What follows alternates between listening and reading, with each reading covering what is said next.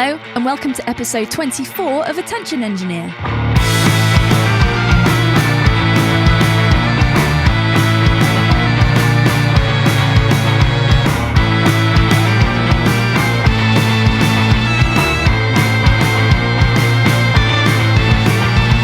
I'm Laura Kidd, a music producer and solo artist making music as Penfriend and beaming into your ears from my home studio, The Launchpad in Bristol. Find me around the internet at Penfriend Rocks. In a noisy online world, the gift of someone's attention is priceless, so thank you for joining me on my mission to inspire creativity in every listener through having the conversations I've always hoped for with some of the artists I admire the most.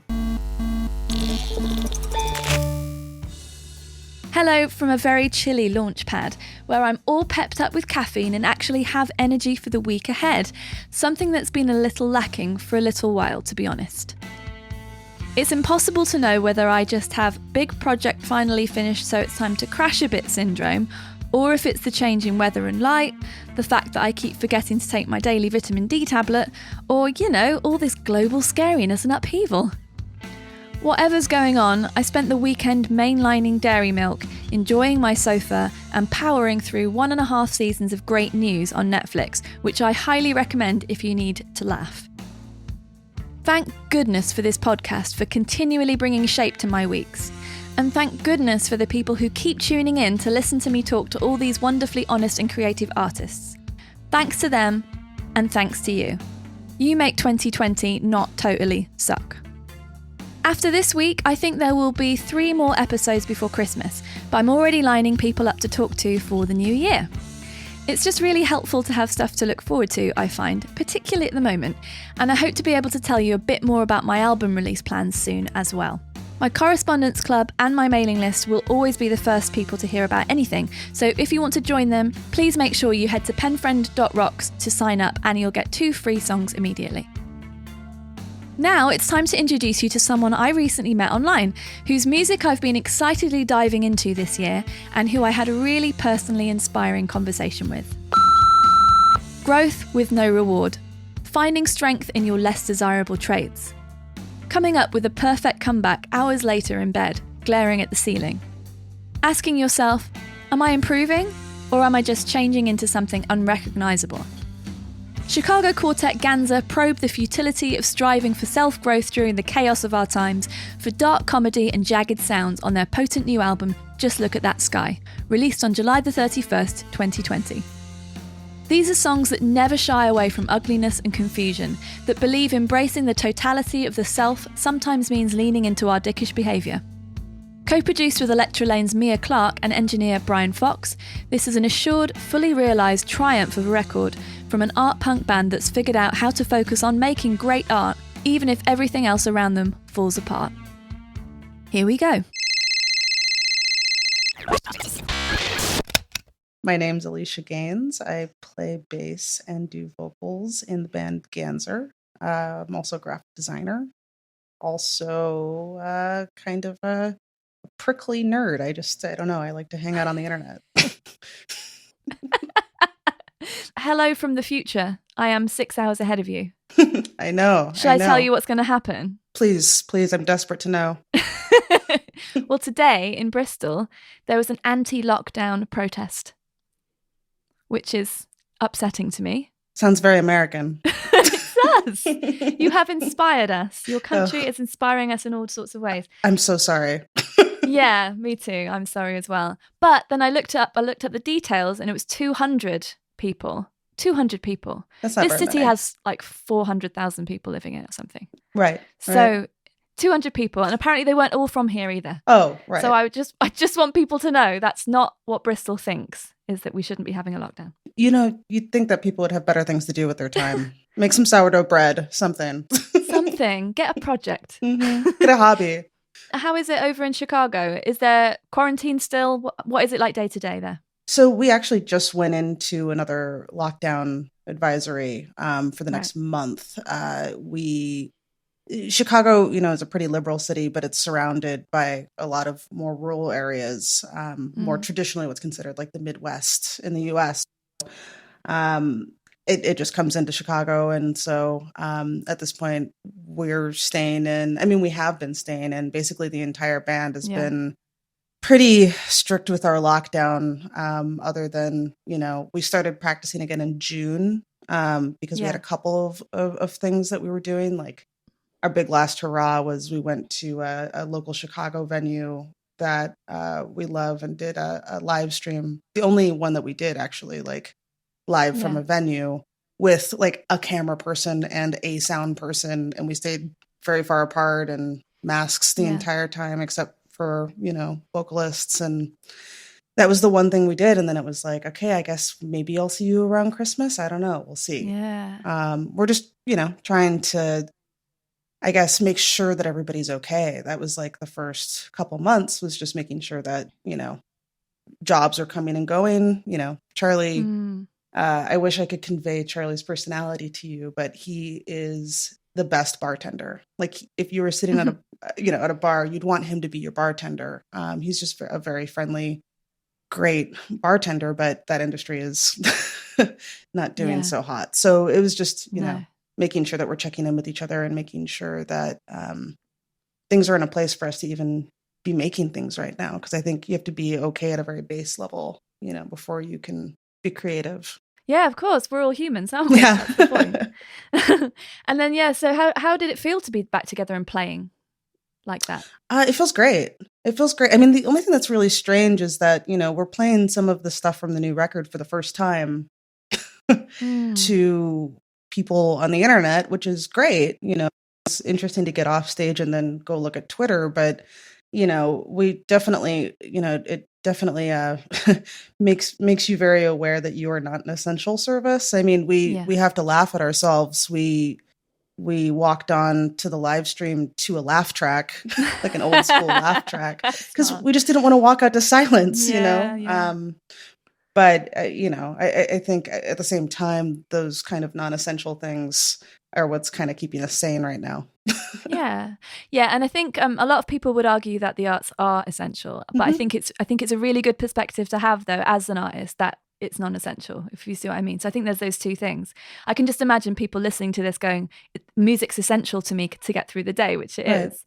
But equally, there are a lot more pressing concerns at the moment than, can I go and play my show to someone, obviously. And I feel the same way, because there have been opportunities recently. I mean, I could have gone and done gigs in a park, got people together, and there are sort of various kind of loopholes you can kind of sneak through in the legislation. But I don't think loopholes are really the point. I think the point is keeping everyone safe and as many people alive as possible. And so there's no way in a million years I would have got people together. To be responsible for that would not, I'm not into it at all. So I'm taking the long view, I think, as it sounds like you are.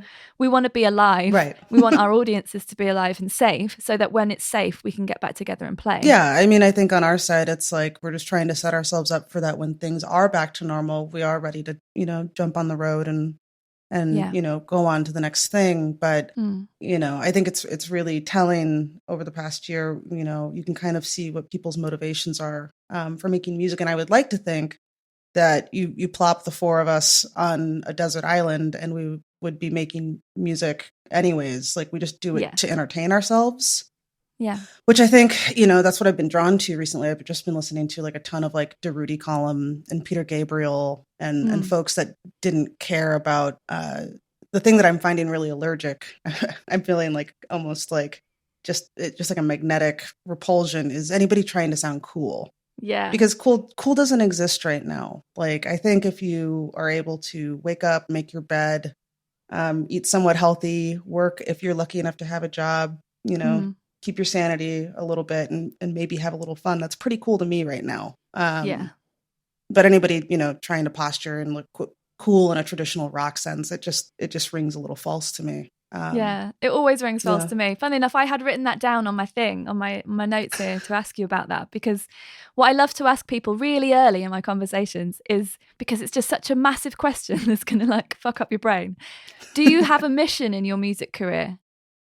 I think maybe this is more personal, but I've always thought like I would just like to make something really cool before I die.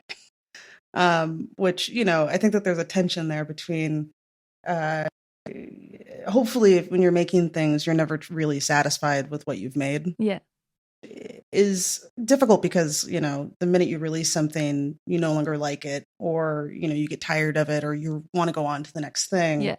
But hopefully, I'm able to look back at the end of whatever this is or whatever I do next and be able to go like, we did a thing, Yeah. That's kind of where I want to wind up, and hopefully something where I can recognize it for myself, because, what other people think is fine. Yeah. But I think that we're just trying to like entertain ourselves. Yeah. So I think if we are able to do that, especially, upcoming this year, writing like a third record, hopefully when we look back at it, we can be really proud that we were able to even pull it off, given the circumstances. Yeah, exactly. It's especially difficult to do stuff at the moment. So I think you're right about that, the survival part of it and just day-to-day survival. And a friend of mine said to me recently when I was just having a bad day and I'm sort of talking to her about it, and she just said, our only job as humans is to survive this. It's to just do our best to survive it. Mm-hmm. And so, yeah, if you can complete an album or make a podcast and do, write your new album and things, that's all great. But the essential things need to be taken care of first. As you say, get up, make the bed, eat healthily if you can, all that stuff. Exactly. Like the thing that I keep telling folks, I have a friend that was a nurse that I was talking to about this, but then also Mia Clarke, who helped produce this record from Electrelane. She's just a friend, so we were just catching up. And because she moved back to the UK. And I just told her, like, I have to keep telling myself that in the overall scheme of things, you are, and I mean this about myself, anyone, you are the most prepared for this moment that you would ever be in your entire life. I keep thinking to myself that I'm really grateful that I'm not old. I'm really grateful that I'm not like a school-age child. I'm really glad I'm not in my early 20s. I would be a mess, I think all you can keep reminding yourself is that you're as prepared as you ever could be. Like you are the sum of all of your experience and all of, all the tools, emotional, practical for this moment. So, you just have to keep reminding yourself of that to kind of motivate yourself. Do you meditate? Because you sound like someone who has meditated. I am a person who would like because to. Of what you just said. I think I'm too anxious. Okay. Are you? Am I someone who meditates? Yes. I also get anxious sometimes, yes. But no, because meditation helps with that stuff. Right.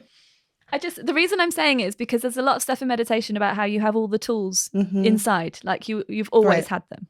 That's the sort of idea. So I wondered if you were someone who had meditated because you sounded very wise, basically. That's what I'm saying. Oh gosh. No, I'm hoping that, maybe in 10 years I'll have some kind of like spiritual thing, and then maybe I'll dive into that. Until then, I just I understand, the kind of thoughts around it, and I love people who talk about it, in that kind of David Lynchy kind of way, in terms of like fetching ideas and just kind of observing. Because I think like right now it's like I would not want to write content about COVID now. Like it's too early to really, really have anything to say about it meaningfully. But I do think it's really important to kind of take notes of your surroundings at all times. So the early part of writing for myself, and I think for Nadia as well, is just kind of, I just have notes on my phone, notes in real life, and I just kind of jot down observations, whether it be in conversations or, it might be a topic that comes up on this podcast, and just kind of just take stock, take notes, and then you'll come back to it later and hopefully you've processed it a little bit. Yeah, I think thinking very deeply about things is surely one of the main jobs of a songwriter. Right. It's kind of the point. But it's really, I always love hearing people's processes because, especially this year, I'm not hanging out with anyone. This is the way I meet people. But also, I don't have a lot of musician friends. And so there isn't sort of sitting around going, well, how do you collect ideas? And how do you generate, chord sequences and things? So, yeah, it's really interesting to hear that. I love it. Yeah. Lots of notebooks. Loads of notebooks. And shelves full of them. We kind of started it like in a bad Chicago winter, Nadia and I just emailing each other files in a winter where it got, so Fahrenheit and Celsius meet at -40. Yes. That's how low the temperature was. Whoa. So we just emailed each other demos back in like 2014. Yeah. And that was how the whole thing started. So Wow. It was just kind of like, whatever rabbit holes you've been diving into on Wikipedia, let's go into that. Like, just kind of follow your fancies kind of a thing to distract ourselves from a Chicago winter. Right. And so how did you find the men? The men, yes. Oh. Brian actually attended a show. We used to be a 3-piece very early on with our bandmate May. They played guitar, and we had no drummer. We just used, drum machine. And so Brian saw us, kind of arms crossed over his chest in the back, and he was a friend of a friend. And so he walked up and introduced himself. And then the next day we got the most polite email that I think we've ever gotten, just saying, I don't know if you might need a drummer, but if you do, I'm here. So he didn't even have to like audition. And then the guitar one was interesting because when May left, we put out like Craigslist ads essentially, saying, we're kind of like sound like this, and send us your music. And then it was really because not non-men sent us music, right? And a lot of them were really off base. Okay. And we were like, all right. So then we sent them songs with the guitar stripped out, saying, what would you do for this? Yeah. And Charlie's just blew everyone away. And when he came for an audition, we found out that he was 21. No way. I know. So good. I know. He's a baby, but yeah, he's good. It's really strange now because he's approaching the age that Nadia and I were when we started the band. Mm. So it's been interesting in terms of like that kind of generational kind of a thing. I was watching the Audio Tree performance you did. Was that done over the summer then? Yeah, that was actually that was slightly terrifying because it was our first time playing out since February. Oh, wow. Okay. And it was, live to tape. Let's film that and record it. Yes. Right. Like, it's like, brilliant. Great. It's really good. You would never know. And you were all very interesting to look at. And I was really interested in what Charlie was doing because I'd read somewhere, I think you said something, or you or Nadia said something to someone about Charlie's playing, about how it looks kind of, or it might seem random, but it's not. And so I had that in my head when I was watching, and it's just a really interesting thing he's doing all the time. I mean, you all are, but I love that you all bring that different thing together, which creates Ganser. It's incredible. Yeah, he's most of the time I can't look at him because he's just so, especially when there's a crowd there, I'm always afraid that he's going to fall over. Okay. He's constantly moving, constantly like hair in the face. Yeah. It's quite a thing to watch, and he's jazz trained. So I think, both him and Brian, but especially Charlie, can just kind of go on a tear and just kind of improvise over something, but it's comes from training. So, I just kind of watch and try to corral, when it comes to songwriting, That's it's such an interesting approach. Because I have played in bands, and I have been in bands a long time ago. I've been solo for such a long time that I've just, whenever a band comes along who are a real band, as in there isn't just one figurehead and a load of like, and it could be anyone type people. Mm-hmm. I just have so much respect for, one, how hard it is to keep on a path together. So that's quite a hard thing. Mm-hmm. And two, like the way that it becomes more than the sum of its parts. It's such magic in a band when that happens. And that definitely happens with your band, I think. For me. Oh, thanks. Yeah, I mean, we're all very different, and I think I guess I'm grateful. It's a weird thing to say, but if I'm going to find a silver lining about this year, I'm glad that it happened 4 years into us being a band, because I think that we've figured out how to communicate with each other. Just kind of everything between trying to figure out like. From just the very nuts and bolts, we figured out songwriting wise, like what's a Nadia song, and then what songs do I sing, and kind of figuring out that kind of stuff, and then figuring out, can you tour well together? All those like nuts and bolts things of being in a band. I feel like we've kind of got a hold on now. So we were kind of prepared to kind of do it from a distance and, put out a record without really seeing each other. Yeah, that must have been very challenging. Going back to the idea of mission, is there a band mission? Yeah, I think it all kind of came from where we were thinking from. Ganser being like a psychological disorder where you babble to yourself. I think for us, a lot of the music is about kind of processing kind of internal emotions. So that means that rather than having a song that's like, I don't know, a story song, like a country song, or like something that is deeply personal that like, could only come from Nadia or myself. It's more about like saying essentially you too about certain feelings, whether that's like wanting to run screaming from an ideal situation, or regretting something that you've done, or hating that you're a procrastinator. Those are kind of the seeds. And then we just kind of collectively write around that. Yeah. So I kind of see it as like a collective subconscious kind of idea. I love that.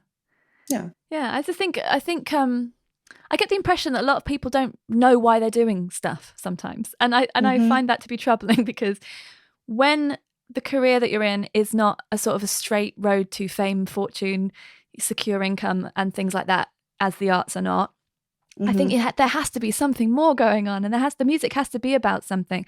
So when I read that quote where you said about how cool makes you, where is it? It's on my thing here. Trying to seem cool is repellent to me right now. Yeah. I agree. It's always repellent to me, because there has to be something deeper than that. Otherwise, why would you spend all of this time, rehearsing, writing, putting stuff out? It's not easy what we're doing. No, it's really not. And I think some of that comes from the fact that Nadia and I both went to art school. It really kind of teaches you that,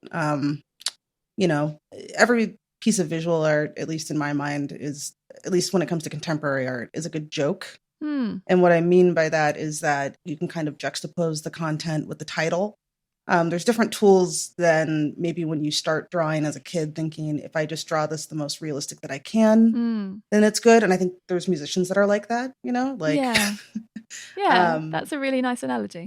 Yeah. But also there's so many tools at your disposal. And I think that's kind of why we think of this whole thing as kind of like a multimedia project. So, the titles of the songs, to the lyrics, to the fact that like sometimes we cut up lyrics so they become kind of superliminal. It all kind of is of a whole, as much as possible. Yeah. And that's kind of what we're doing right now. We're trying to figure out like what's the starting point for the third one, so that we're all kind of randoming in the same direction. Yes. If that makes sense. I love that. Yeah. Brilliant.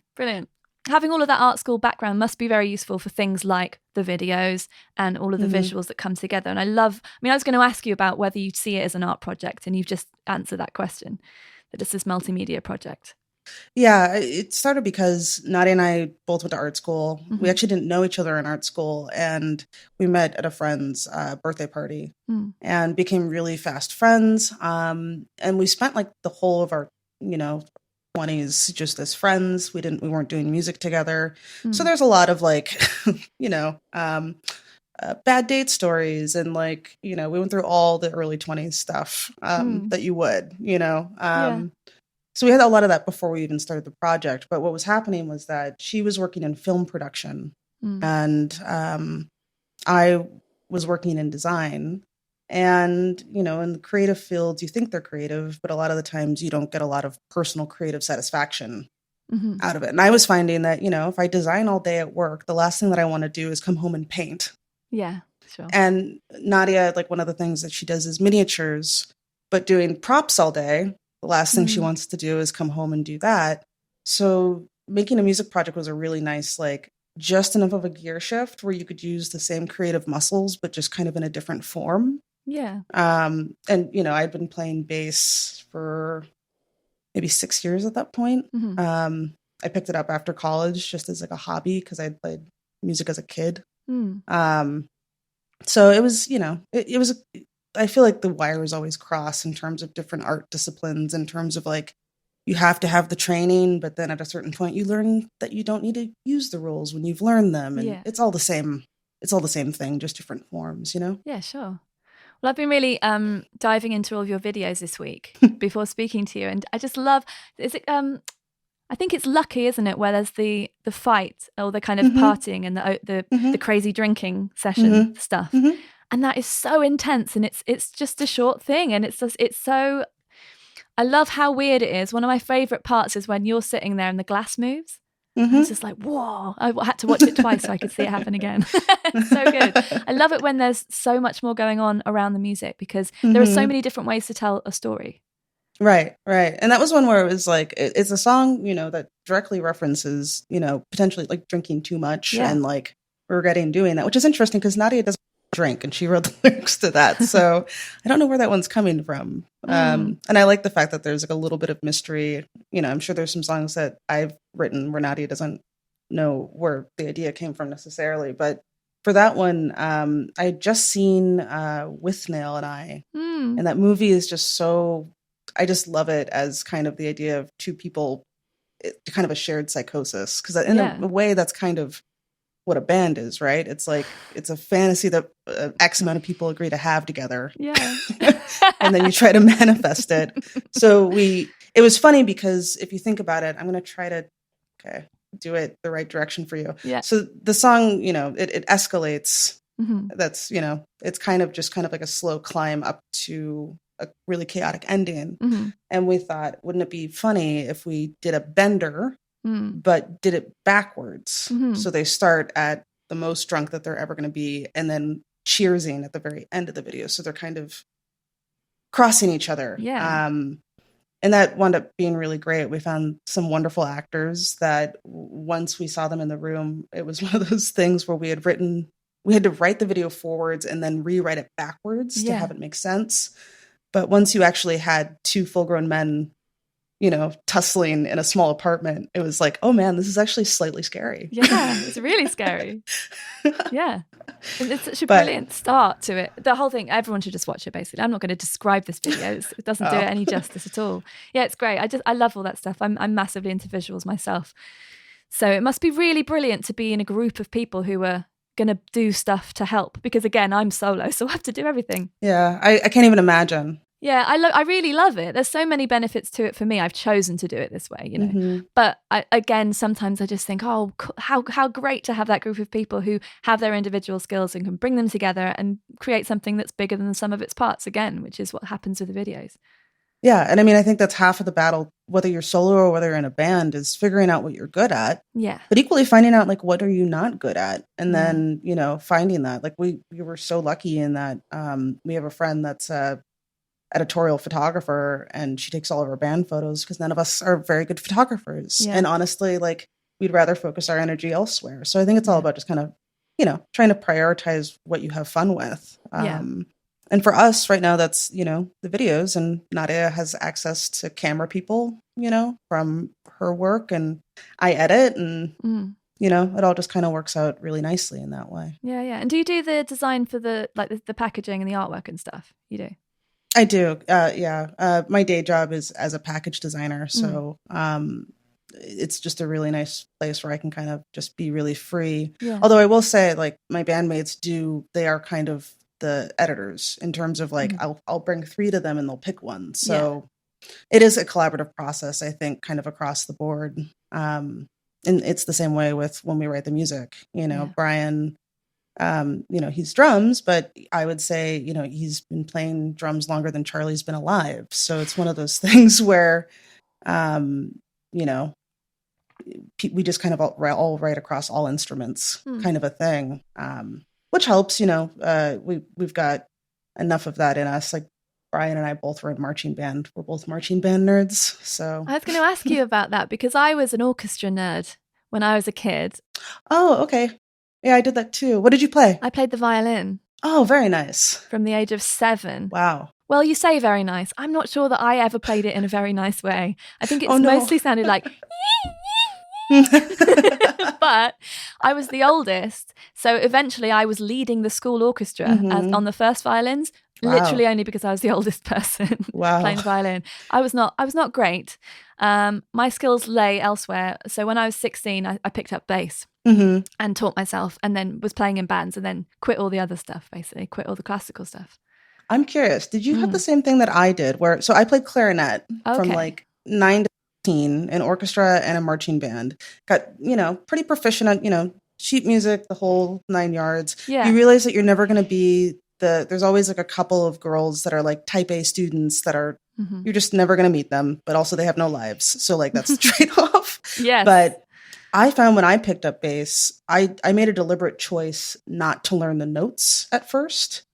And what it did, moving from like an orchestra instrument to bass, I had a thing where I never wrote any music on clarinet, but then picking up bass for some reason, I started writing. Yeah. Did you have the same thing? Yeah, definitely. And as far as same with the notes as well, because I can read music, but there was no music to read when I was playing in a band with the bass. So I never did that. So I never really knew what the notes were. And I still really don't. So if someone asked me what note I was playing, I can work it out, obviously. I know what the strings are. Right. I think it's because it's just not important to me. It doesn't matter what the notes are. And you've already developed your ear. You know? Exactly.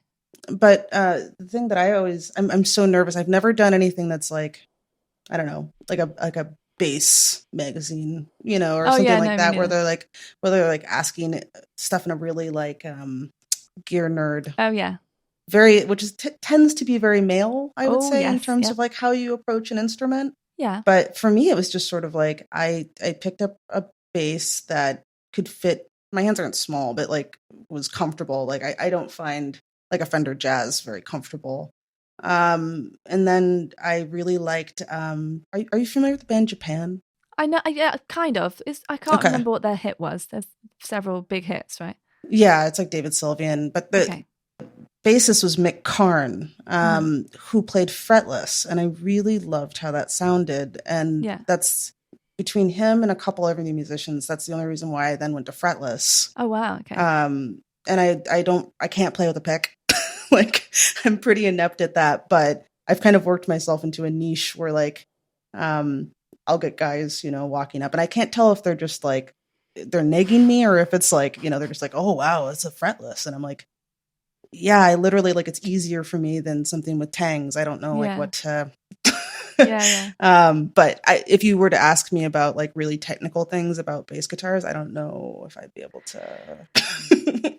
I know what I like. Isn't it weird that, because I'm the same. So when I'm looking for a piece of equipment that I need, I'll learn about it so that I know which one to get.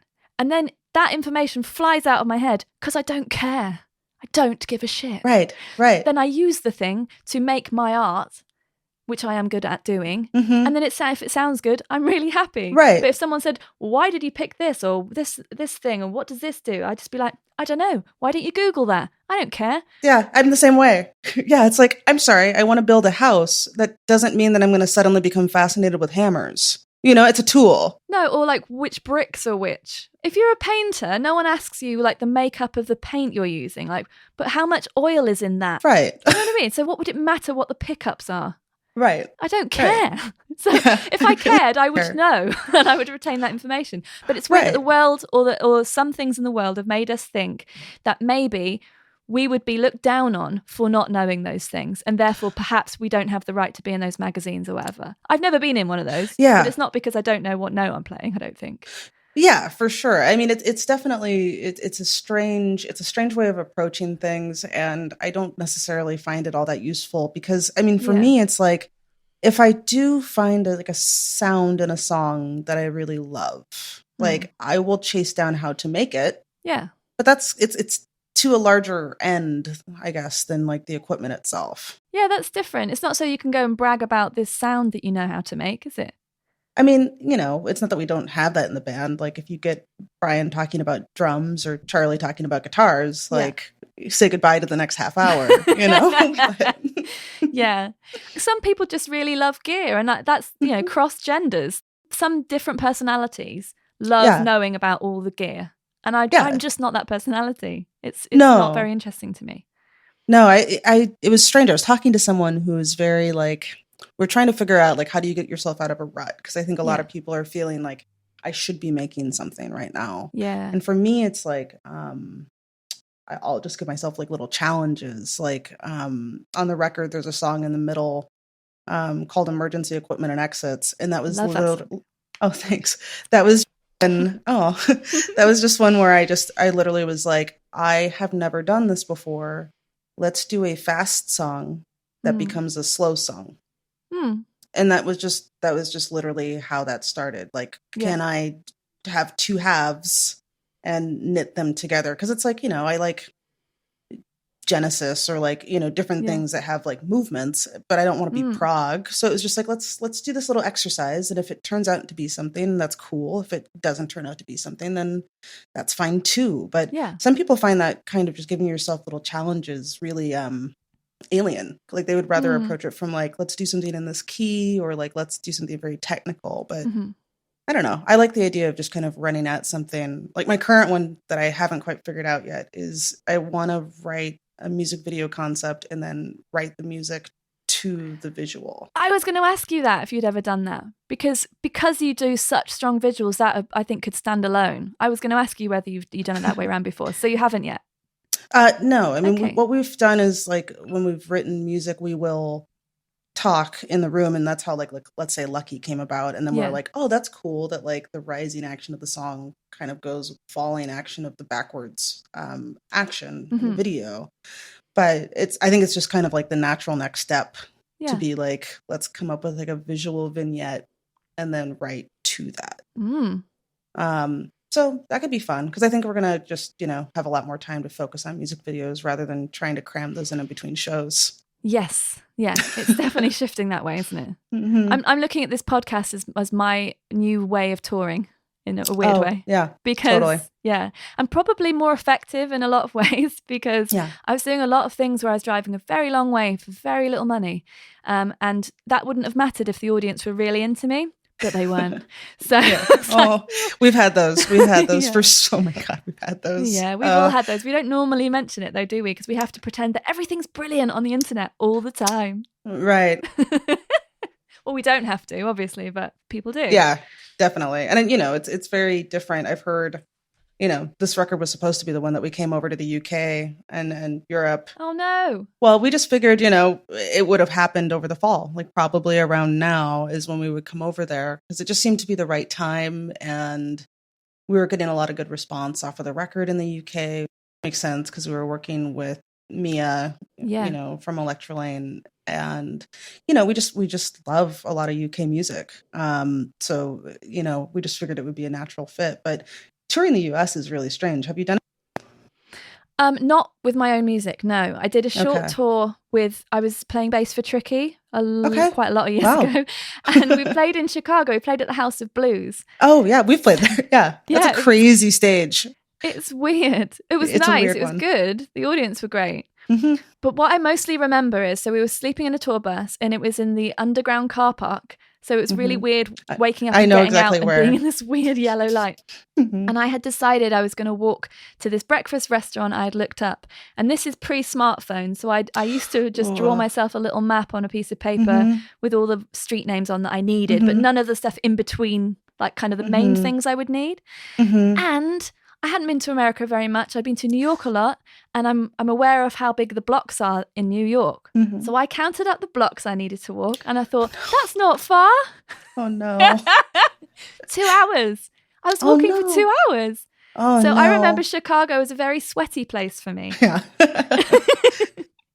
Just walking and walking. Yeah, that area especially, because like Chicago in that area is kind of a double-decker kind of a layer too. So I can't even imagine trying to get around there for the first time. It was awful.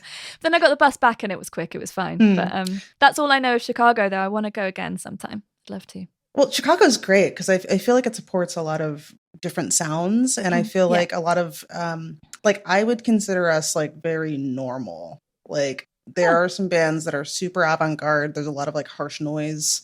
A lot of house shows, that kind of thing, where we are like the most standard thing. So, it's a very experimental town, but also very supportive of those kind of experimental ventures. But then, to get to the next town in the same way that, big city blocks are big, like the drives are long, like the drives are extremely long, and the scenes are very different from region to region. So we've definitely had tours where like on the same tour, we would have like a packed show in Atlanta, really good show in Virginia, and then Rhode Island the day before that was like dead. So it's very like up highs and lows until you get to the point of being like on a support tour for a larger band. It's definitely like one of those things where it's like you can make 3 dates, in one night and then 0 the next. It's so crazy. Well, so how do you personally deal with those highs and lows? Because that's hard for the brain chemicals to handle, isn't it? Yeah. I think it's gotten easier over time. It was definitely difficult for us, especially it just depends on when it happens. Like to have like a dead show like the first night of tour is kind of a bummer, but I think for us it's just sort of like we have enough like in jokes and we can make fun of the fact that there's nobody there, if that's the case, to kind of keep things going, just kind of keep it very insular in that way. But yeah, I think everybody kind of handles it differently. I mean, honestly, a packed show has its own stressors, Yeah. Yeah, it does. Be careful what you wish for. Absolutely. Yeah. I remember when I first started playing shows where people actually listened to me. And I found that terrifying. Mm-hmm. And I sort of remarked upon it a few times. And I thought, I really have to stop remarking upon that because this is what it's supposed to be like. And I'm supposed to act like this is fine and normal and people should be listening to me. And it was kind of weird. Really weird. Yeah. But it's nice. I like that now. Yeah. I mean, I think you're definitely always kind of bouncing around a little bit of like imposter syndrome. But then also kind of different kind of boundaries, just kind of keeping tabs on things. Because like, I'm trying to think of like the microcosm of like one show. It might be something where like somebody requests a song and that kind of surprises you. And you can either be really embarrassed by that or indulge them in it. And then at the same time, like it took us like probably half a year before Charlie was like, oh yeah, no, guys come up and like ask like, questions about you guys. Right. And it's like, oh, there's that dynamic too. And then, you might be at the merch table and somebody tells you like basically like negs your music. And it's like, okay, like there's so many dynamics that are going on in one show that I think you just kind of have to try to hold a somewhat centered thing between you and your bandmates. I mean, that's why I think people that make work solo, it's like I had an appreciation for it before, but now it's like I can't even imagine not having like my little gang as backup. I think that's what I'm sometimes a little, I wouldn't say jealous because that sounds really weird. Like I'm not jealous, but like I really appreciate that. And I think that's really interesting and cool and useful. And so do you all talk about stuff? Are you really open about how you're feeling and stuff to do with mental health on tour and things like that? Oh yeah, definitely. Really yeah. I mean, I don't know if we used to be. I think, we had to learn that the hard way. But now we just kind of just know how to operate as a group. I mean, I think getting enough alone time, everybody kind of has the ways in which they ramp themselves up for a show, all of those things are things that we kind of take into consideration now. And I think it's going to help us when we start doing that again, appreciate it all a little bit more, Definitely. Yeah, definitely.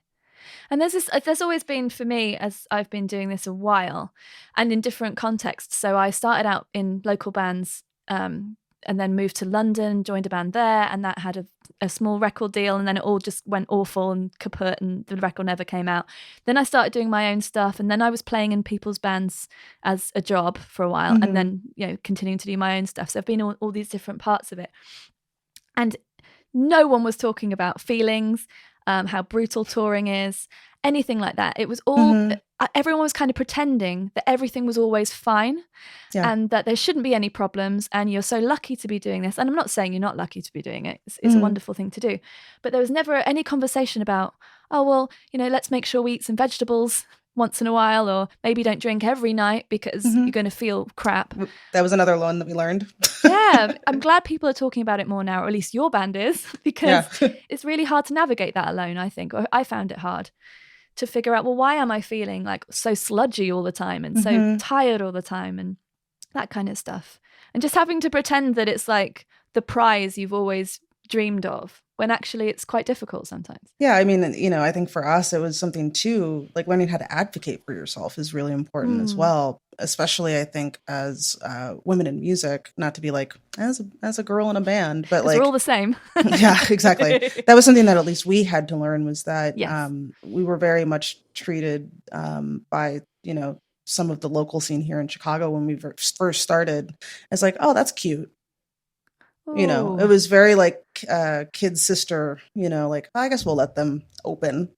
And, it was very one of those things where we at a certain point had to kind of put our foot down and, advocate for ourselves. As we were coming up in DIY and now with a team, like I guess I hope we don't, I think unfortunately sometimes when you speak up for yourself, you get labeled as difficult, but I'd rather be difficult than a pushover. Well, I'd rather be difficult than opening every night. Yeah. I started putting my own shows on because I would only ever get booked as the opening act. Mm-hmm. And I think it was probably because I was playing on my own. So I get it. Mm-hmm. Because people would go, the bill doesn't make any sense if it's this and then this and then this. Like, and I just have to be like, I'm sorry. And I'm not saying this because I think I'm at her level or anything, or I think I'm that kind of artist. But Bjork doesn't get put on first. Right. Right. She plays on her own. She does what she likes. Or any solo performer of someone who you've heard of. They're not going on first because soloists go on first. That's just a nonsense reason. So I started putting my own shows on so that I could headline. Yeah, I mean, I think like protecting the thing that you're making is really important. I think for us, like the reason why we waited until just Wednesday to do our first like live stream from event is because we kept getting all these questions, people going like, will you be on my live stream? Whatever. And like, I would love to, but for us, like as a full band, what it would take to make that happen in terms of like sound, in terms of like AV, all that. It's like, I'm not going to film us on a cell phone. Like, I'm sorry. No. Like, that's just not like, you have to kind of protect the quality of your work. And so the only things that we've done are like Audio Tree. We did one live stream from a venue, and then we have a live film that's going to be coming out in December for another venue. Just because, we wanted to control kind of like the quality of like what's getting put out there, especially because just a lot of live video of us didn't exist until this year. Mm-hmm. Yeah, I feel the same way about my stuff, and especially because I've just launched this new project. I haven't done a Penfriend gig with people in a room yet. That just hasn't happened. But I have, the previous project, I was touring that for 10 years. So someone invited me to do a live stream. And then when I realized I couldn't use... because I've got a really high quality live stream setup here, which I was working on pre all this. So I had all the stuff set up and was getting all exactly how I wanted. And then basically it transpired that I was just going to be doing it through my phone onto Instagram Live. I was like, I can't. I'm sorry, I can't. And it felt terrible because I'd agreed to do something and I felt so embarrassed and so like I can't. But I also felt so powerfully that I couldn't do that show that way. So I just had to, as you say, advocate for yourself, which I find hard. And I did it and they were fine with it because my reason was I need to do this at a certain quality and it needs it needs to be done a certain way. I play electric guitar. I can't shout over that into a phone microphone. It's just not going to sound any good. So that was interesting. So I'm just being really super careful about what I do as well for that reason. Power of no, Yeah. Well, I was reading this book recently about that and just the idea that such a simple idea but so powerful that the more you say no, the more time you have to say yes to things that you really want to do. Exactly. I find it hard to say no, but I'm learning. Yeah. It's difficult because I think, for us, it's like there's split motivations in terms of like where the satisfaction comes from. Like for me, like I really love songwriting. Like I don't play guitar. I have a guitar that I'm trying to learn, but for me, it's primarily bass and keys. And so I really love the songwriting process. I really love the production process. Really love music videos.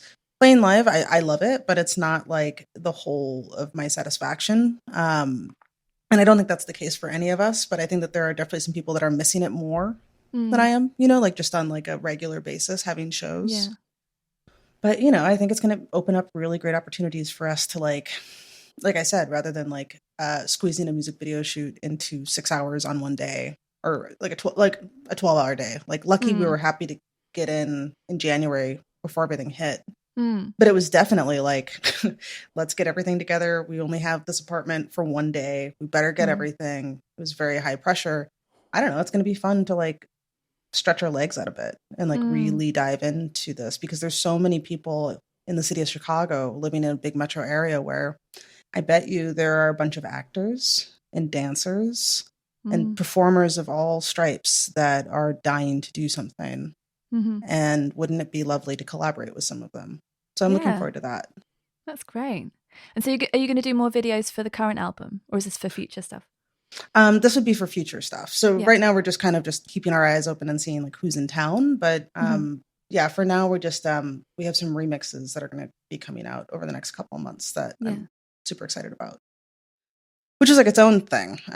We had never done that before, so it was very strange to like hand over our material to other people and then we get it back and it's like it's great. And it's like at this point, like I've listened to the record like 1 billion times, but now I can listen to the remixes. Well, it's nice to have that distance, isn't it? Because I mean, I get to the point because I have to listen to mine when they're finished. I have to listen to them very obsessively to get to the point where I can listen to it like a piece of music, not a thing I made myself. But when it's a remix, it is something else. It's just a completely different world. I love that. Yeah, definitely. Is this the thing you didn't think you could talk about because of the timing? Because if so, just don't worry about it. No, it's okay. Generally, the remixes are coming out. How about after we're done, I'll tell you. Okay, cool. I'll tell you. I was just going to ask, is it the album remixed, like each song remixed, or is it remixes of like the same things? Or I think it's going to be 5 different songs. It's still kind of all in process, but I think the total is going to be 5. Excellent. Okay. Yeah. All right, I'm not going to be nosy about that anymore. It's time for Correspondence Corner now. This is the bit where I invite you, the listener, to take the mic and share your musical memories. So, what was the first album to change your life, and what was the most recent? My name is Louisa. I live in Henley-on-Thames. I work in the exciting world of insurance claims. What's important to me in life? Music, obviously, reading. I run and cycle a lot, ride a tandem with my husband, and just getting out in the outdoors. Absolutely love the outdoors. The first album that changed my life, I think it'd have to be Throwing Muses and Hunk Papa. So I bought this in 1989 when I was 17, and it was completely on spec. I'd seen a review in the Melody Maker, which wasn't actually a particularly good review, but it was very intriguing to me. I think the proportion of the group were female. I think it was 3 out of 4 at the time in that lineup. Was very interesting, and I just thought, this is interesting. Got the tape, as it was then, home. Played it. First line is, I have 2 heads. I thought, okay, this is interesting. And I got into them. It's been an absolute lifelong passion of mine, Throwing Muses and Christian Hirsch and Belly and Tanya Donnelly and 50 Foot Wave, etc. The most recent album that I suppose not changed me, but really resonated with me was Sharon Van Etten's Remind Me Tomorrow. I've been a fan of hers ever since she came on the scene. So seeing her live, she was brilliant. And that album's really is very, very confident. It's very mature in a good way, because it showcases her voice is getting better and so on. But it's also just a collection of songs that just reminds you of your youth, I guess, especially the song 17, which a sort of connection, I suppose, with Hunk Papa is I bought that when I was 17. And when you're 17, you can do anything. You are loaded because you live at home with your parents. They don't generally charge you rent, and you've got a Saturday. Well, in my case, you had a Saturday job, and it was all money to spend on cheap, crappy silver jewellery, tie-dye skirts, and music. So just great album, great. Thank song. you so much for sending in that clip, Louisa. This podcast's first ever episode was a conversation with Tanya Donnelly. So if anyone listening somehow missed out on that, you are in for a treat. Great bands. Over to you now.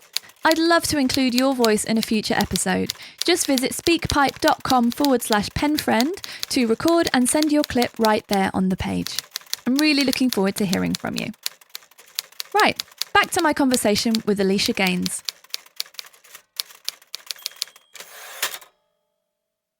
Speaking of bass, what's your current setup? Are you still on fretless? Because when I was watching the Audio Tree thing, I thought I could see frets. I was really trying to see if there were frets. So that one's a kind of a Frankenstein setup. So that one is a 302. It's a Guild, like a 1980 Guild. It was owned by a luthier from Gibson, and they sanded all the tangs down. So that board is actually flat, but the metal is still inlaid into the wood. so you can still see that. The strange thing about that, and I guess this is useful for like bass and guitar players, if you think about it, like when you're playing, your fingers actually go in between tangs for the notes. Mm-hmm. So the only thing that's strange if I were to hand you that bass is that everything's a half step up. Does that make sense? Because I'd have to you have to make the pinch point where the tang would be. Mm-hmm. So that's why it's strange. Like, I mean, I've never broken a string, but if I were to, and somebody were to toss me like, I don't know, Squire, whatever, like that would be very strange to me. But yeah, that's kind of my setup with like a Sans amp, just because it's a very old bass with like passive pickups. Yeah, it's a pretty simple setup. And then, I like to run through typically like an Ampeg head if they've got one. Yeah. Nice. I'm a big Sans amp fan myself. Yeah. I played a gig in someone's band. We played at Coco, which is a decent venue in London. And I was standing in front of someone else's massive stack bass amp. So I think everyone just thought I was playing through that, but I wasn't. I was just going through the Sans amp. Yep. And for anyone listening, it's a little pedal. It's great. I use it for recording as well. It's fantastic. Yeah, same. I'm a big fan. Because also I was traveling a lot on like the bus and the train to go and do these shows. So I couldn't even take an amp. So I just had it in my bag, and it felt like my secret weapon, though it's not secret. It's great. Yeah, it's definitely kind of essential when you play with fingers to have some kind of amplification, because you just will never match, a pick in terms of like the attack. Yeah. It's interesting that you say that you find playing with a pick hard and that you find fretless bass easier, because those two things are a nightmare for me. I can play with my fingers a bit, but not like you can. And fretless would freak me out. I'm not sure I'd be able to do it. So well done. Oh, thanks. That's how different people are. I think it just helps with spread too if you're playing fretless, because you can just slide places easier rather than having to like really spread out your fingers. Yeah, that does make sense. Yeah, you make it look very effortless anyway, I must say. Oh, please watch this audio tree thing, people, because it's just like how are they doing any of this? It's really cool. Yeah, it's gonna be weird looking at those videos in like a year's time with Charlie and Brian with masks on. Yeah. So was that because they had to wear them in the studio because of the rules?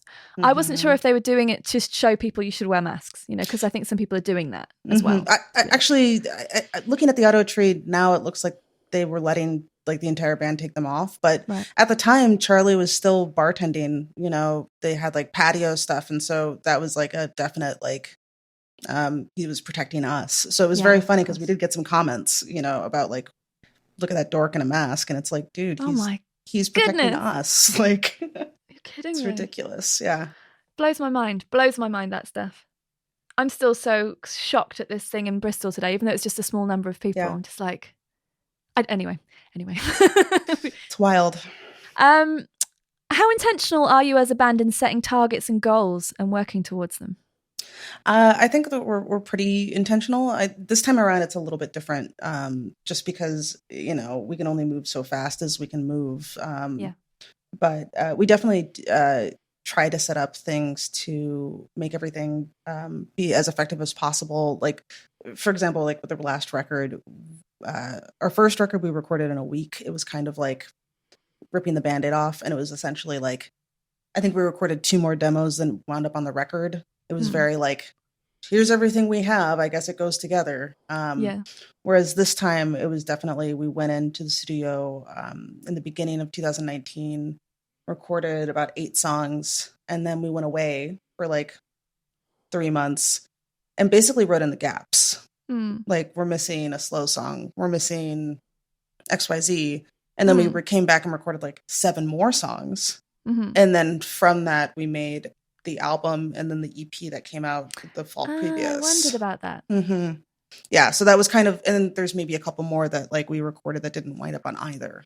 But it definitely gave us a little bit more curation room. And I think stretching out the recording time helped us create something that was more well-rounded overall, and let us kind of have more time to bring in bells and whistles, like, horn players and whatnot. Yeah. Yeah, I love that. I've just finished mine, and it took 18 months from start to finish.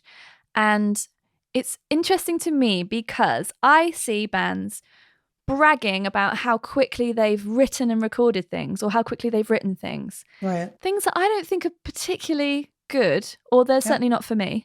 And then I think that's worrying and kind of dangerous, because if you're someone who wants to make something and you see a band saying that, and you think it's actually harder than that, but you might think you can't do it.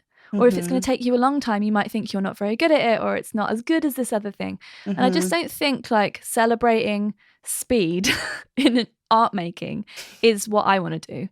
So I've recorded my stuff in 2 chunks as well, and I managed to have a lot of reflection time in between. Exactly. And, you know, make songs that were more recent and more sort of present in my life now that go with these other ones and all that kind of stuff. And so I'm making a point, and this is the first time I'm talking about it, I suppose, making a point of saying it took me 18 months from start to finish. That is not bad. It's not good. It's not bad. It's just how long it took. I'm not going to pretend it took 2 weeks. I'm not going to pretend anything.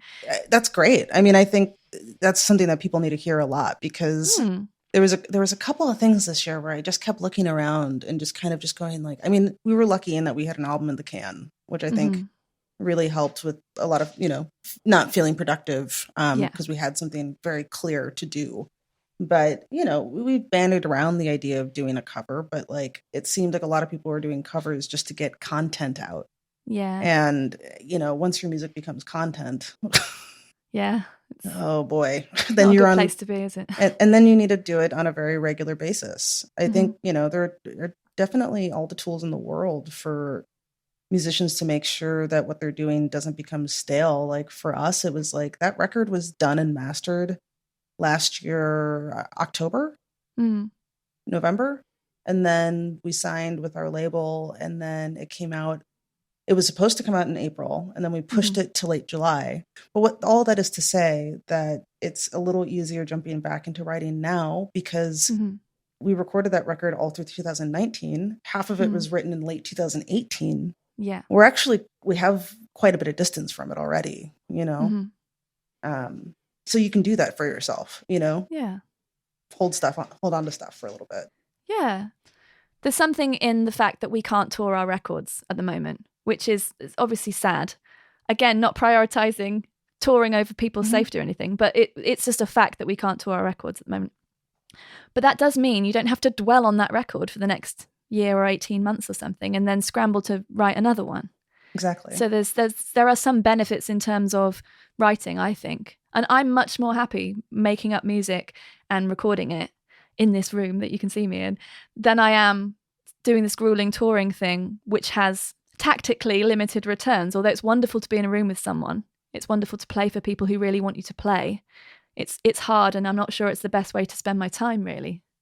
Right. I mean, I think that there's, in the same way that like having time for reflection in between recording sessions, I think it's equally important to have some time to reflect after you've recorded the record, to figure out how do you want to introduce this record to people? Because in the same way that, you know, you paint a painting, and then what scale is the painting? What colors are the painting? Those are all things. But also, what do you title the painting? And also, what's the artist statement say? Like, those are also things that you have to think about. And also, what do you put it next to? For us, it was sort of like, once the record was done, I had been following this guy, Eric Hatch, for a long time. He lives in Baltimore, which is kind of like John Waters is from Baltimore. It has like a very like quirky kind of reputation, but he owns like a really niche video rental shop. Right. And he just has the funniest Twitter. Just the funniest Twitter, full of like film jokes, mixed with like current news. It's very like, I don't know. He does like film festival stuff, but we just emailed him out of the blue and just said like, would you write our bio? I think you do a really good job of writing our bio. So just taking the extra care with those like last steps, whether it be like the design of the record itself, really making sure that like how you're having your like press release look, all those kind of things. Like I go back and forth about this because like I work in essentially marketing, but like at the same time, coming from art school, it's like how you present stuff, I think does matter, because I have friends in Chicago, around the US, people that I admire overseas who make like the best music in the world. It's just either thrown out there with no like, hey, this is coming, or like you do kind of have to focus a little bit on that, you know, to whatever your tolerance is for it. I 100% agree. I'm nodding a lot when you're speaking, but no one can hear me nod, so I'll tell you I'm nodding, because that's the second part of the journey to me. Mm-hmm. And Andy J. Pizza, I mention him quite a lot in this podcast. He's got a podcast called Creative Pep Talk. And so I'm referencing his podcast about this. So I'm not going to steal his idea and say it's my own just to sound clever, because I'm an honest person. But he was talking about the hero's journey and making the comparison with an artist's journey. So the first part of the hero's journey or the artist's journey is to go and find yourself, make the art that's really important. So he dresses it up as saying that you're off to find the elixir, Mm-hmm. right? So you're making this elixir. So an Mm-hmm. elixir is a medicine, if anyone doesn't know what that word means. But then the second part of the journey is you have to bring the elixir back to the people who need it. Mm-hmm. So that's what you're doing when you're thinking about what you're going to write about yourself in your bio, or hopefully get someone else to write it for you. Mm-hmm. Let's not pretend that I don't. I definitely do my own anyway. Oh, I've I hate definitely done doing it, ours but too. Yeah. we all write in the third person. Oof. And then, yeah, like you say, the visuals, all of that stuff. Like I'm in that mode at the moment, actually, just going, Mhm. well, I know what these songs are about on a cellular level, but Mhm. that's not any use to anybody else. It's not going to make someone press play when Right. there's a picture on somewhere on the internet. So I have to think about all of that stuff myself at the moment and just take some time, because it is really important. That's the part of the journey where you go to find your fans or your future new fans, Mhm. or to talk to your existing ones and lead them towards these songs. And I think there's some really interesting things you can do with that now, especially when it Mm. comes to how things kind of move and flow online. I was watching a video last night. I posted it to Twitter because I found it so fascinating. I watch a lot of media criticism kind of videos, Hmm. and it was about have you heard of cottagecore? No, that sounds So amazing. it's basically anything that you've seen on Instagram or Pinterest or Twitter recently, where it's women dressing up in frilly garments and hanging out in kind of pastoral locations and baking bread. And the video was basically why is cottagecore so gay? And it was basically about how it's femininity kind of taken away from any context in relation to masculinity. And the point that she was making with this video is that these things like aesthetics that you get into, it's not kind of subgenres like punk or subcultures where it's there are gatekeepers and you belong to one subculture, punk, goth, jock, whatever. Yeah. I think now people kind of take aesthetics and kind of belong to a bunch of different tribes and kind of pick and choose now that, everything's kind of divorced from location contexts and things like that. Of course, those still kind of exist. There are certain scenes that are tied to people with different backgrounds or locations.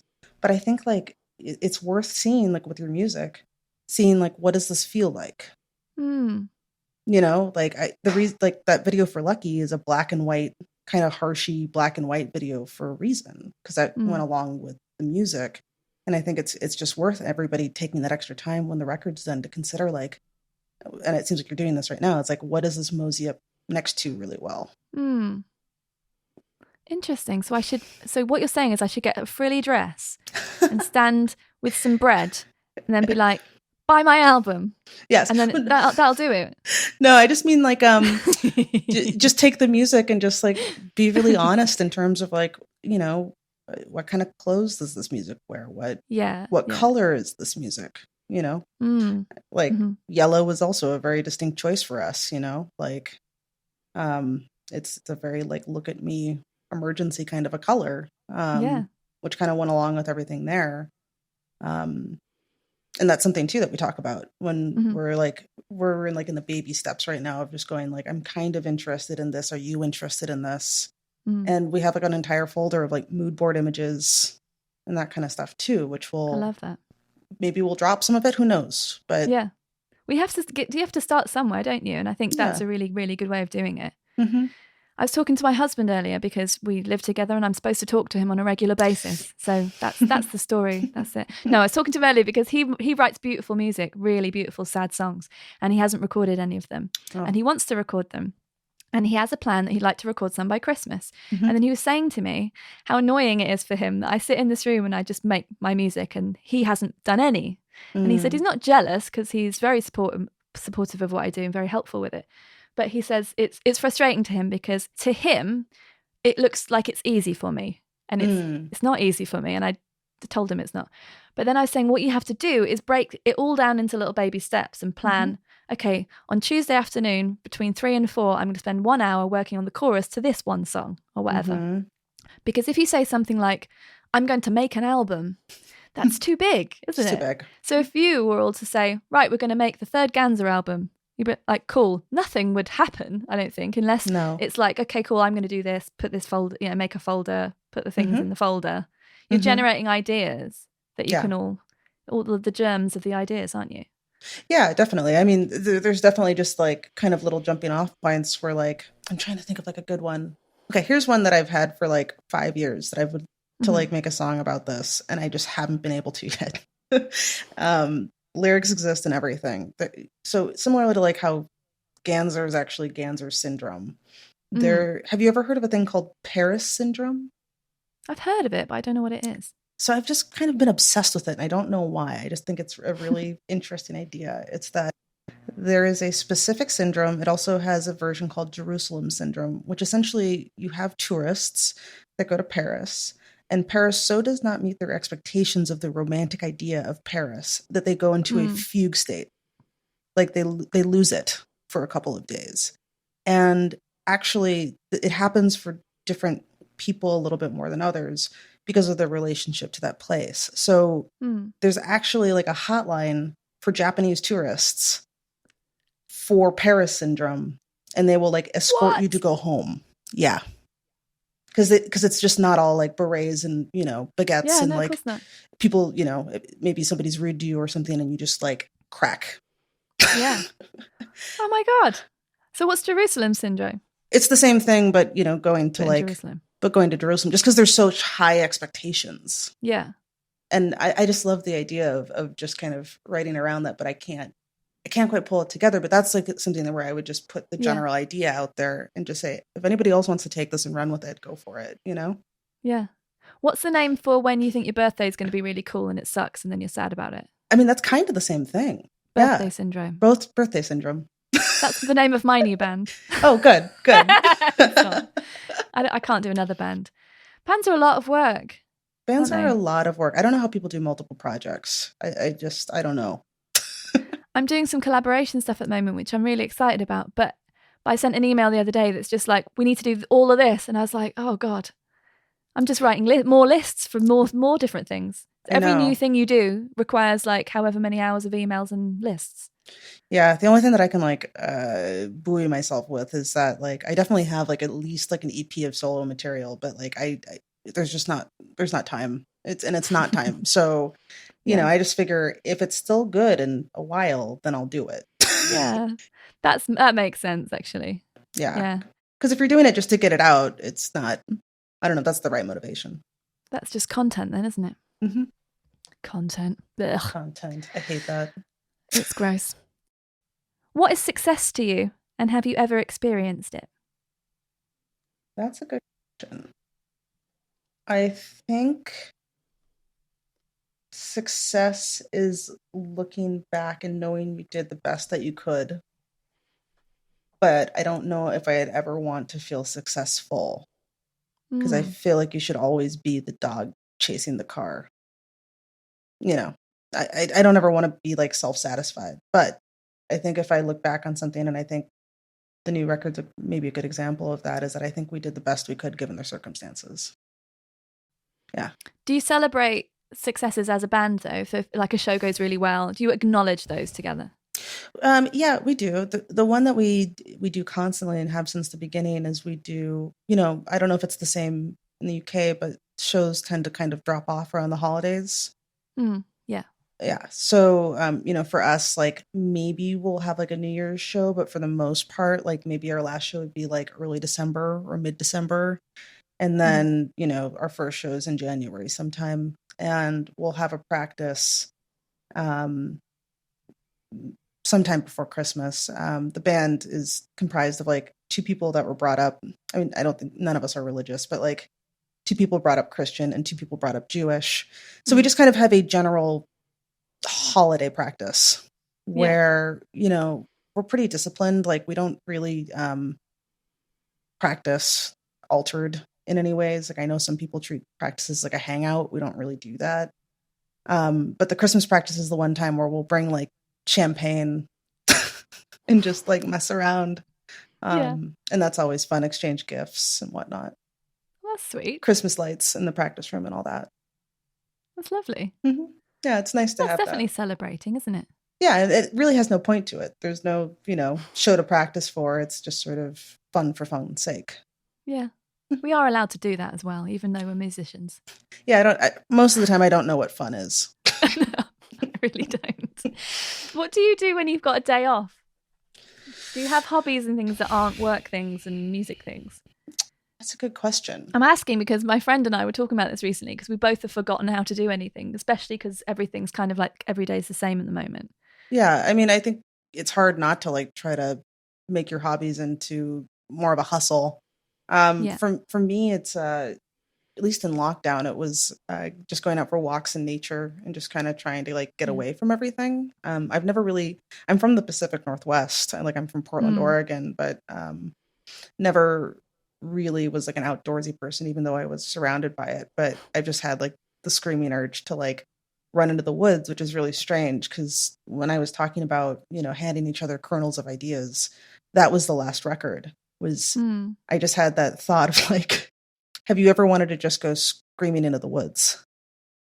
And, I just like wrote them like, what if you went screaming into the woods and then you emerge a month later and you barely recognize yourself? That's kind of where the record started. But anyways, it's been very ironic that I've found myself now like going for walks in the woods and just trying to kind of detach from everything. Well, it's been a hell of a year, not just with coronavirus, with your record and everything, but with Trump and Biden. Yeah. How does it feel now? I'm glad I'm talking to you this weekend, not 2 weekends ago, because the world has changed in that time. Yeah. I mean, it's been kind of absolute insanity. I mean, we just knew the whole week after election day, we just kind of all were like, nobody has any obligations for anything because we're just all going to be catatonic.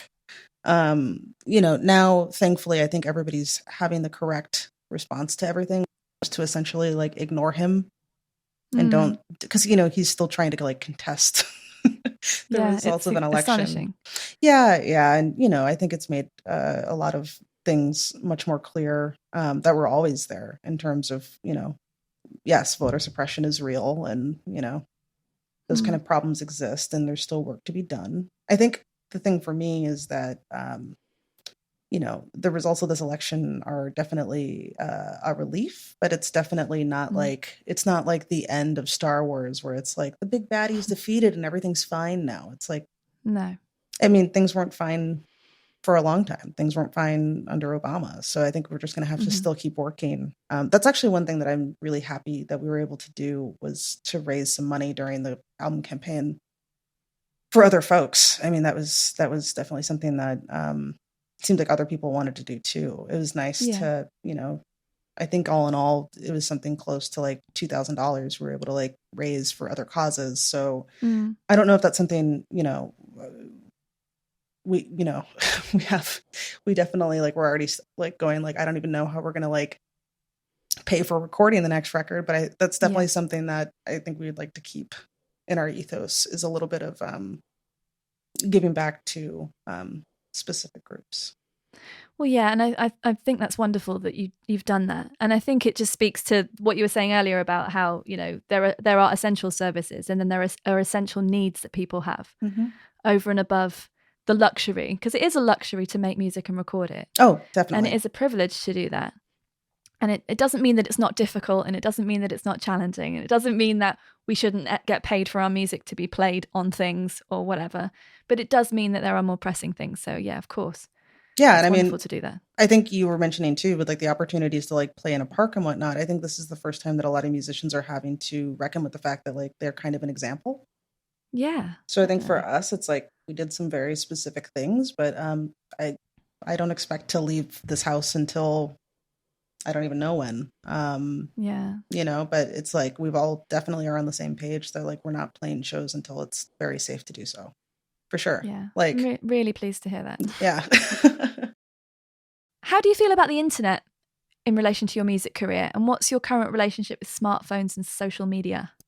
Okay, so thinking about this, I feel that between us starting the band kind of remotely, between Nadia and I, just kind of emailing each other stuff, and we work very extensively with Google Drive, like all those mood boards that I was talking about. Those are all Google Drive. That's where all the moving parts of every record happen. Every iterations of drafts, sending people stuff.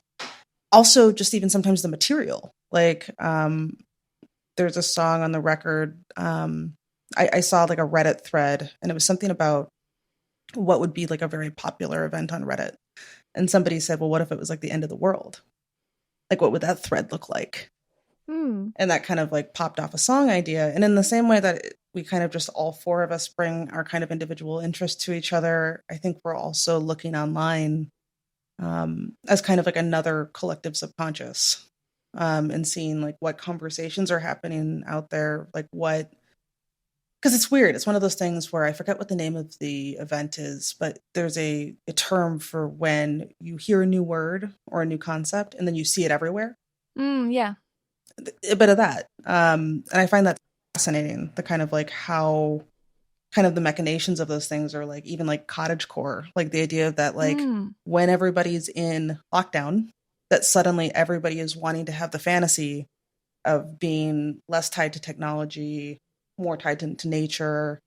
They're all kind of a reaction to the current moment. And I think it's just about kind of keeping your eyes and ears open. So I think that that's really helpful for us. And then, in terms of like social media, we got into like a couple spats over the summer, specifically with Twitter. And I think that that's just something too, now that we realize that like, it's not like something we can tie to imposter syndrome. There are some, biases in music journalism, biases in tour support.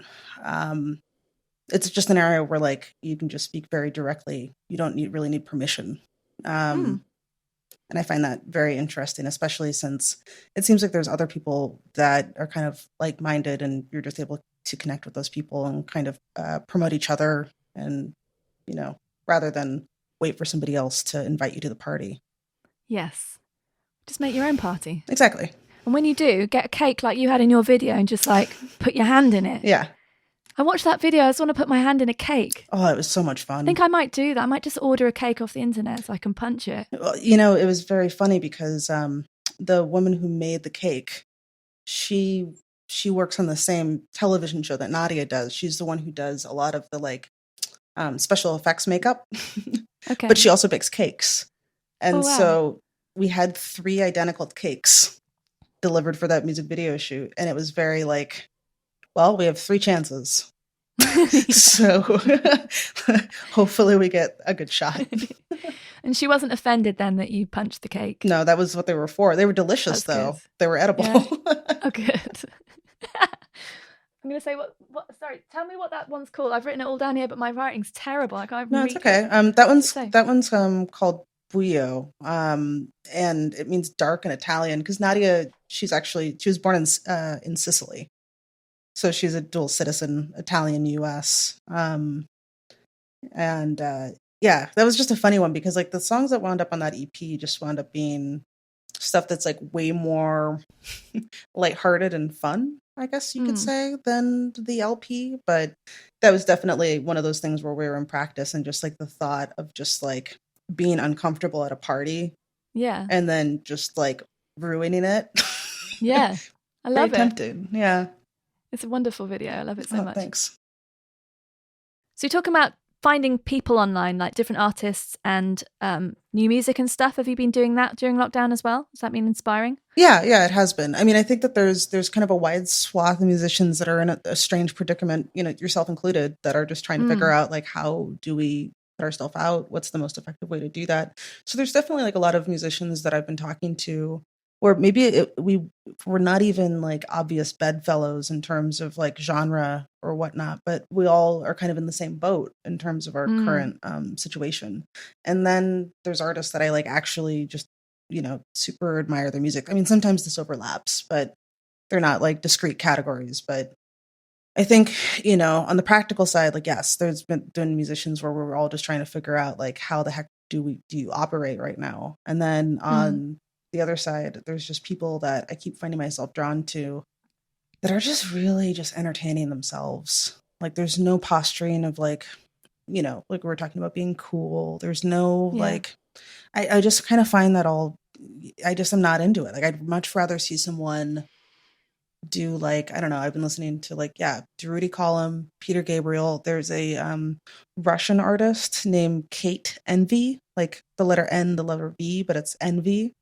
Her music videos are wild and I'm so jealous. But it looks like she's just entertaining herself. And that's the thing that I think if I'm listening for inspiration purposes, it's like, okay, well, if stuff sounds different, it's because like in terms of like what I'm currently writing, it's because I'm just trying to entertain myself. And I don't know about you, but like there's certain music, especially more aggressive music, that you write partially to meet a certain live energy, or you want to experience it in that kind of a live context. Like, for example, like Lucky, we wrote in 2018, like we've been playing that one a while. But the reason that song was even written, it was because we knew with enough warning to write a new song that we were going to be opening for Daughters.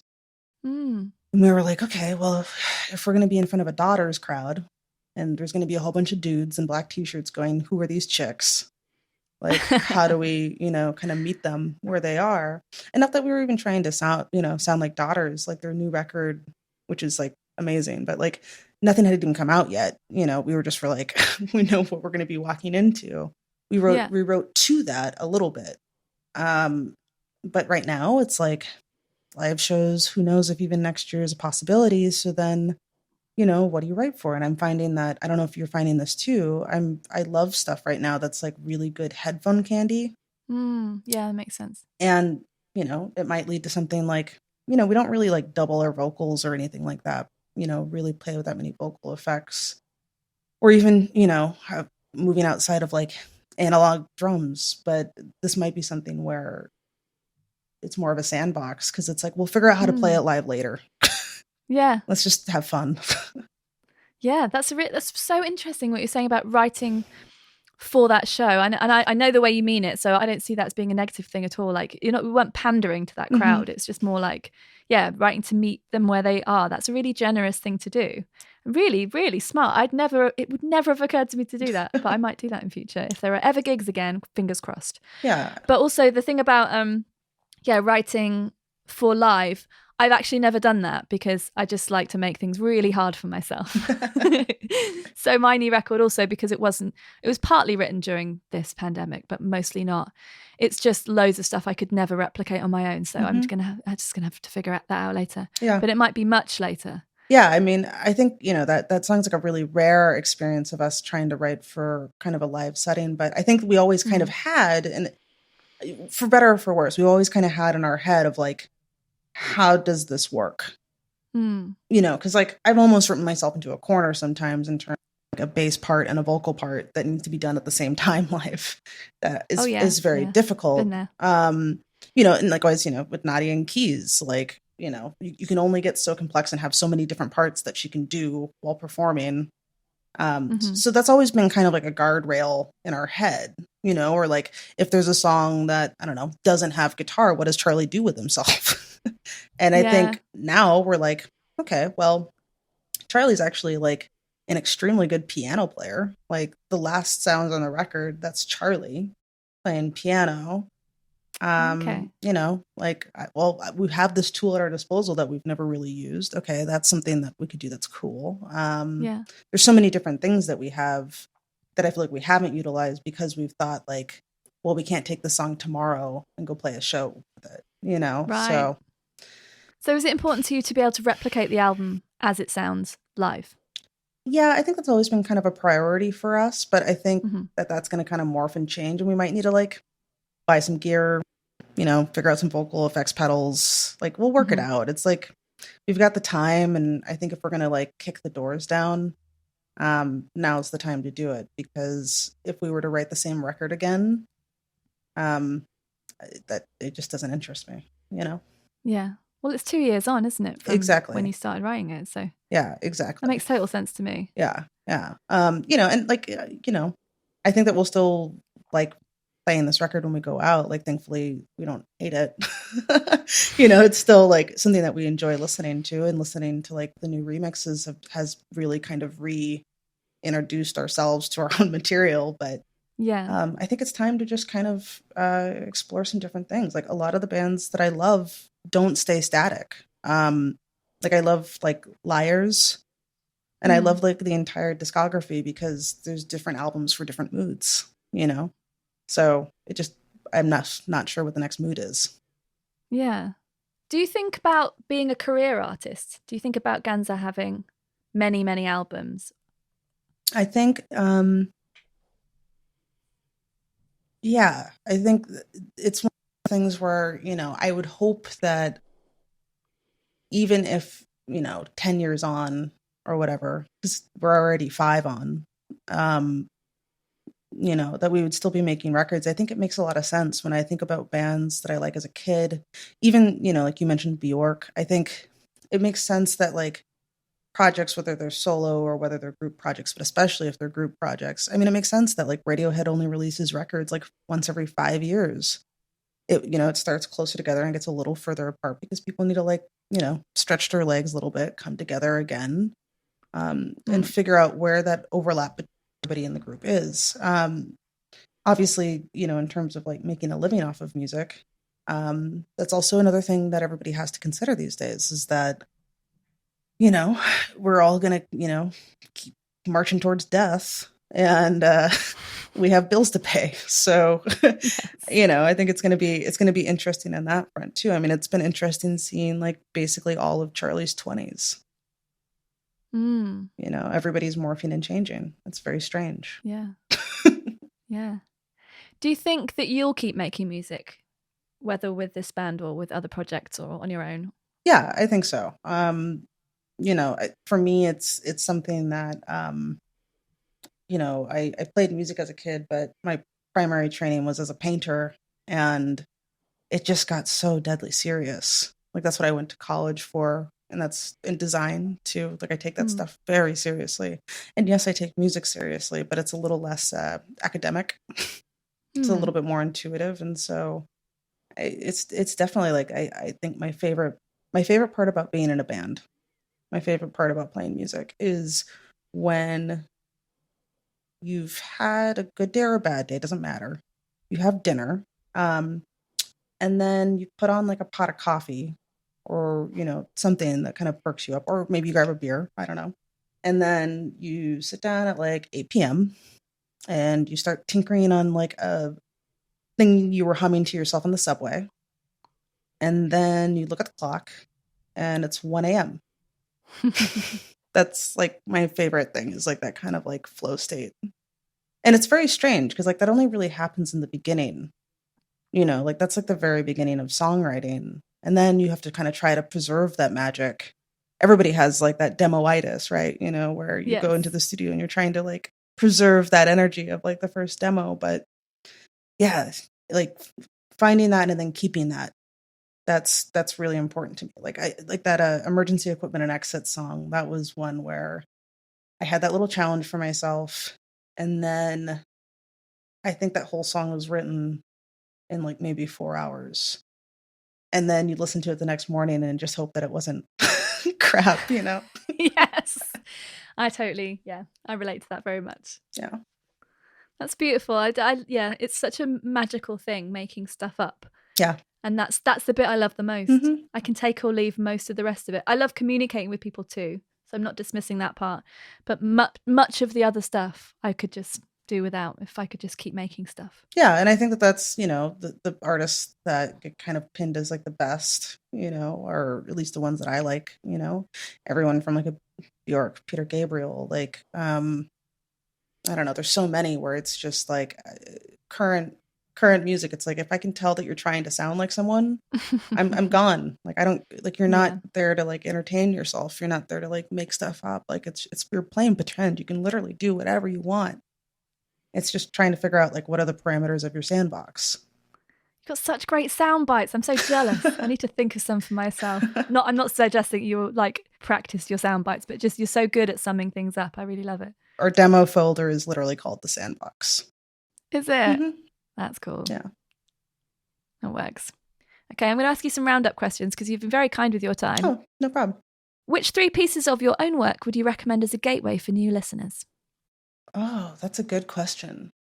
That's a really good question. I think there's a song called Bad Form that I think would be a really good example of us kind of, we keep talking about the word torque when we talk to each other about our music, and that's just kind of like the twist and in the relationship between everything in the music kind of just almost kind of pulling apart.